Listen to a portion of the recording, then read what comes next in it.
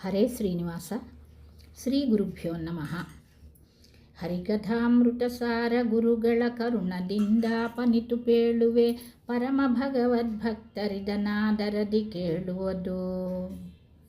జగన్నాథదాసుల వారు హరికథామృతసారంలోని మంగళాచరణ సంధిలో 10వ నుడిలో రుద్రదేవుల వారిని గురించి చెప్తున్నారు.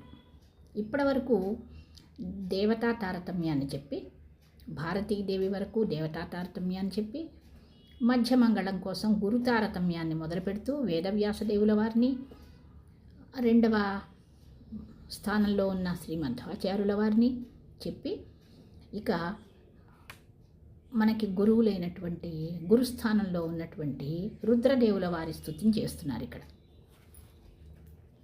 వామదేవ విరించి తనయ ఉమా మనోహర ఉగ్ర ధూర్జటి సామజాజిన వసన భూషణ సుమనసోత్తంస కామహర కైలాస మందిర సోమ సూర్యానల విలోచన కామితప్ರದ కరుణిసెమగే సదా సుమంగళవా. వామదేవ, రుద్రదేవుల వారు సుందరమైనటువంటి దేవులు. వామదేవ అంటే సుందరమైనటువంటి స్వామి. విరించి తనయ, విరించి అంటే బ్రహ్మదేవుల వారి, తనయ అంటే పుత్రుడు, బ్రహ్మదేవుల వారి పుత్రుడు. ఉమా మనోహర, ఉమా అంటే పార్వతీదేవి. ఉమా పార్వతీదేవి తల్లి అయినటువంటి పార్వతీదేవి హిమవంతుడు మేనకల పుత్రిక. పార్వతీదేవి తల్లి చిన్నప్పుడు పార్వతీదేవిని ఇంత కఠినమైన తపస్సును చేస్తావా మా, వద్దు అన్నది. మా అన్నది. అందుకని ఉమా అనే పేరు వచ్చింది పార్వతీదేవికి. అలాంటి ఆ ఉమా మనోహర పార్వతీదేవి మనస్సును హరణమాడిన రుద్రదేవుల వారు పార్వతీదేవికి సంతోషాన్ని కలుగజేసేవారు. ఉగ్ర అనేటువంటి పేరుంది రుద్రదేవుల వారికి. అంటే సంసారాన్ని, అంటే గ్రసనమాడేవారు, అంటే పోగొట్టేవారు. ఉగ్ర అనే పేరుంది. ధూర్జటి అంటే ఆకాశతుంబ జడ ఉళ్ళవ, జటాజూటాలు తన జటాల్ని ఆకాశమంతా వ్యాపింపచేసినటువంటి వారు. ఎప్పుడు అంటే గంగా అవతరణంలో గంగని తన జటాజూటంలో బంధించటం కోసం తన యొక్క జటలను ఆకాశమంతా వ్యాపింపచేశారట. అందుకని ధూర్జటి అంటారు. సామజాజిన వసన భూషణ, సామజ అంటే ఆనే, ఏనుగు, గజ చర్మం. సామజ అజిన అంటే చర్మం. ఆ గజ చర్మాన్ని వసన భూషణ, ఆ గజ చర్మాన్నే బట్టగా ధరించినటువంటి వారు, గజ చర్మధారి. సుమనసోత్తంస, సుమనసరు అంటే దేవతలు, దేవతలందరిలోకి ఉత్తములైన వారు. అంటే బ్రహ్మవాయువుల తరువాత, సరస్వతీ భారతుల తరువాత కక్షలో రుద్రదేవుల వారు, ఆ తరువాత ఇంద్రాది దేవతల కంటే ఉత్తములైనటువంటి వారు. అందుకని ಸುಮನಸೋತ್ತಂಸ, ದೇವತೆಗಳಲ್ಲಿ ಶ್ರೇಷ್ಠ, ಇಂದ್ರಾದಿ ದೇವತೆಗಳಲ್ಲಿ ಶ್ರೇಷ್ಠ అని చెప్పుకోవాలి. కామహర, కామ అంటే మన్మథ, కామనన్ను దహనం చేసినవారు.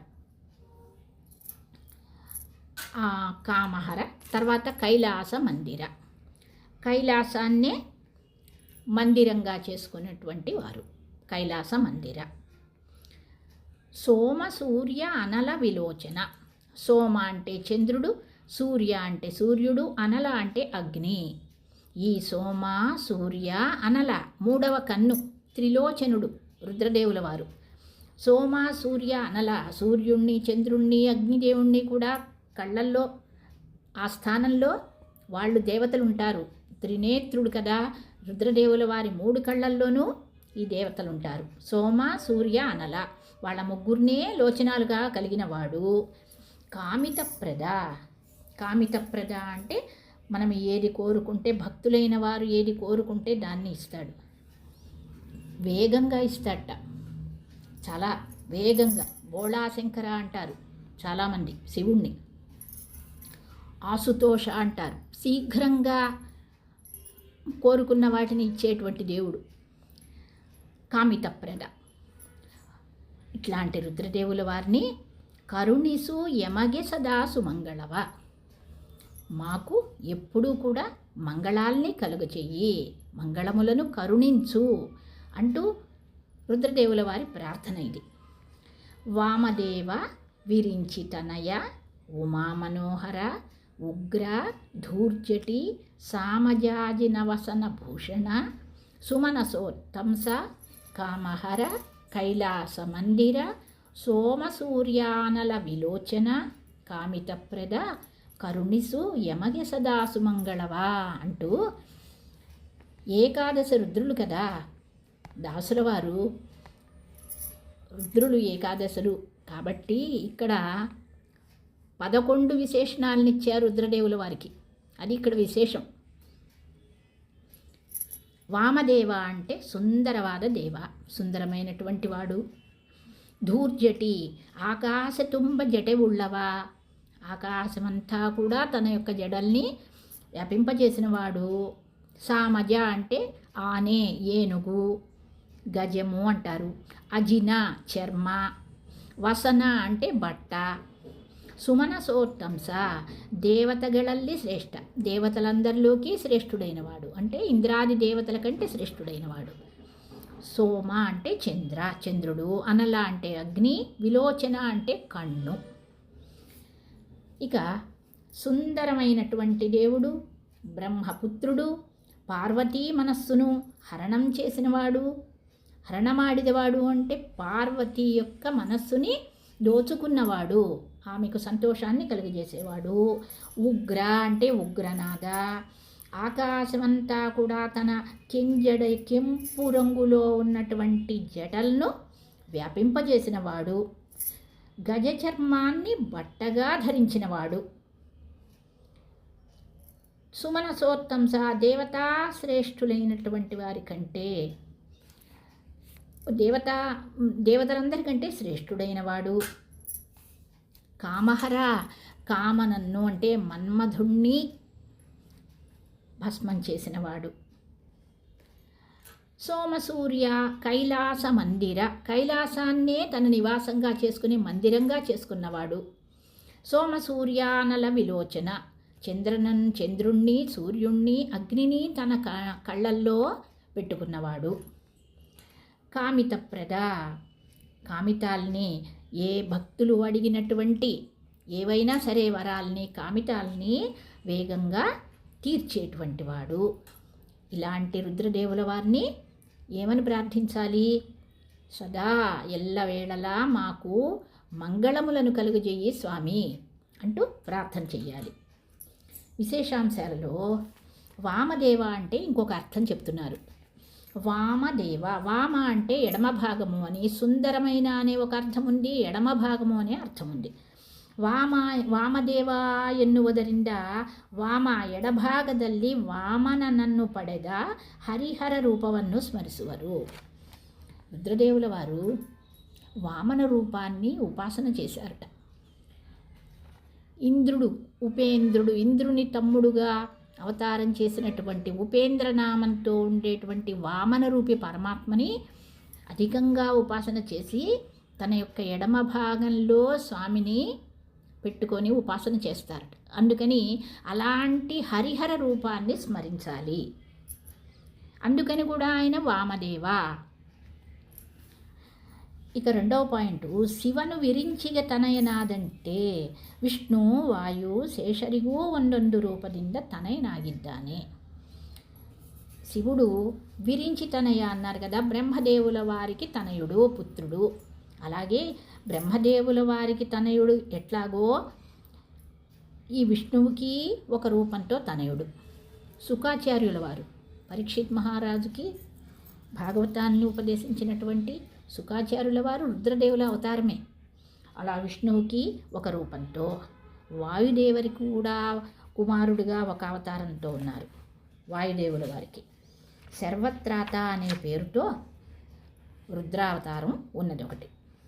శేషరిగు, శేషదేవుల వారికి కూడా రుద్రుల వారు తనయులే. ఈ విధంగా ఒక్కొక్క రూపంతో విష్ణువుకు, వాయువుకు, శేషుదేవుల వారికి శివుడు తనయుడుగా ఉన్నాడు. ಉಮಾಮನೋಹರ ಎನ್ನುವುದರಿಂದ ಅರ್ಧನಾರೀಶ್ವರ ರೂಪವನ್ನು ಸ್ಮರಿಸುವರು. ಉಮಾಮನೋಹರ అని అనుకుంటున్నాం కదా మనం. అర్ధనారీశ్వర రూపం సగం పార్వతీదేవి, శివుని యొక్క దేహంలో సగం నుంచి పార్వతీదేవి ఉంటుంది. వాళ్ళు ఎప్పుడూ కూడా కలిసే ఉంటారు. పార్వతీ పరమేశ్వరవు అని నమస్కారం చేస్తాం. వాగర్ధావివ సంపృక్తౌ వాగర్థ ప్రతిపత్తయే అని కాళిదాస్ చెప్పాడు. వాక్కు అర్థము, వాక్కుకి అర్థం ఉంటుంది, అవి రెండు విడివిడిగా ఉండవు. అట్లాగే పార్వతీ పరమేశ్వరులు కూడా కలిసి ఉంటారు. అందుకని ఉమామనోహర రూపాన్ని మనం అర్ధనారీశ్వర రూపాన్ని తలుచుకోవాలి. ఇక సామజాజినవసన భూషణ అన్నారు. గజచర్మాన్ని భూషణంగా బట్టగా ధరించినటువంటి వాడు అంటే మహిషాసురుని యొక్క కొడుకైనటువంటి గజాసురుడు. ఆ వినాయక చవితి కథలో మనకి వస్తూ ఉంటుంది. గజాసురుణ్ణి సంహారం చేసేటప్పుడు, చంపేటప్పుడు ఆ గజాసురుడు చివరి క్షణంలో నా యొక్క చర్మాన్ని నువ్వే ధరించాలి అని కోరుకున్నాడు శివుణ్ణి. శివభక్తుడే, ఎప్పుడు నా ఉదరంలోనే ఉండాలి అని కోరుకుంటే ఆ తర్వాత గజాసురుడు సంహారం జరిగేటప్పుడు నా యొక్క చర్మాన్ని ఎప్పుడు కూడా నువ్వు ధరించాలి అని చెప్పి కోరుకుంటే సరేనన్నాడు శివుడు. అప్పటి నుంచి గజచర్మి అయ్యాడు. ఆ గజ చర్మాన్ని ధరించాడు. ఇది స్కాంద పురాణంలో వచ్చేటువంటి విషయం. వివిధ పురాణాల ప్రకారం కైలాసం మేరు పర్వతంలో ఒకటి. ఇక్కడ కైలాస మందిర అన్నారు కదా, కైలాసాన్ని మందిరంగా చేసుకున్నవాడు శివుడు. అంటే కైలాసం ఎక్కడున్నది అంటే వివిధ పురాణాల ప్రకారం కైలాసం ఎక్కడెక్కడుందో అంటే మేరు పర్వతంలో ఒక కైలాసం ఉందిట, ఇంకొకటి గంధమాదన పర్వతంలో ఒకటి, హేమకూటంలో ఒకటి, హిమాలయాల్లో ఒకటి ఉన్నది అని చెప్తున్నాయి పురాణాలు. దేవతలంటే సాంసులు, అనేక అంశాలు ఉంటాయి వాటికి. మనం నిరంశులం, మనము ఎక్కడుంటే అక్కడే ఉంటాం, ఇంకొక చోట ఉండలేము. కానీ దేవతలు అట్లా కాదు కదా, కైలాసాలు ఎన్ని చోట్లున్నా అన్ని రూపాలతో వాళ్ళు అక్కడ ఉంటారు. అలాగే ఈ వివిధ పురాణాల ప్రకారం కైలాసం మేరు పర్వతంలో ఒకటి, గంధమాదన పర్వతంలో ఒకటి, హేమకూటంలో ఒకటి, హిమాలయాల్లో ఒకటి ఉన్నది అని తెలుస్తోంది. ఇక త్రినేత్రుని యొక్క ఎడమ కంటిలో చంద్రుడు, కుడి కంటిలో సూర్యుడు, హణెగన్ను అంటే లలాటంలో ఉన్నటువంటి కంటిలో అగ్ని ఉన్నారు. ఈ త్రినేత్రుడు అంటే రుద్రదేవులు అని మనందరికీ తెలుసు. కానీ దుర్గాదేవికి 3 నేత్రాలు, నరసింహస్వామికి కూడా 3 నేత్రాలు ఉన్నాయి. దుర్గే నరసింహరు త్రినేత్రరాగిದ್ದಾರೆ. రుద్రదేవులు మాత్రమే కాకుండా దుర్గాదేవికి, నరసింహస్వామికి కూడా త్రినేత్రులే, వాళ్ళు కూడా 3 కళ్ళు ఉన్నాయి. ఇక్కడ మనం రుద్రదేవుల వారికి 3 కళ్ళు ఉన్నాయి అని సోమ సూర్యానల విలోచన అని చెప్పారు ఇక్కడ. ఇవి దీంట్లో విశేషాంశాలు. సుందరమైనటువంటి దేవుడు, బ్రహ్మకి పుత్రుడు, పార్వతీ మనస్సును దోచినవాడు, ఉగ్ర అనే పేరున్నవాడు, ఆకాశమంతా కూడా తన జటల్ని వ్యాపింపజేసినవాడు, గజ చర్మాన్ని బట్టగా ధరించినవాడు, దేవతా శ్రేష్ఠుడైనవాడు, మన్మథుణ్ణి భస్మం చేసినవాడు, హరణమాడిన అంటే మన్మథుణ్ణి భస్మం చేసినవాడు, కైలాసాన్ని మందిరంగా చేసుకుని ఉన్నవాడు, చంద్రుడు సూర్యుడు అగ్నిని కళ్ళల్లో ఉంచుకున్నవాడు. ఇటువంటి హే రుద్రదేవా, మాకు ఎప్పుడూ కూడా మంగళాన్ని కరుణించు, మంగళములను కలుగజెయ్యి అంటూ రుద్రదేవుల వారి ప్రార్థన చెయ్యాలి. ఇక్కడ దాసుల వారు ఏకాదశ విశేషణాలతో 11 విశేషణాలతో రుద్రదేవుల వారిని ప్రార్థించడం చేసి చూపించారు మనకి. ఏకాదశ రుద్రులు అన్నందుకు ఏకాదశ విశేషణాలతో చేశారా జగన్నాథదాసుల వారు అని మనం ప్రార్థించుకోవాలి. ఇది 10వ నుడిలోని విశేషాలు.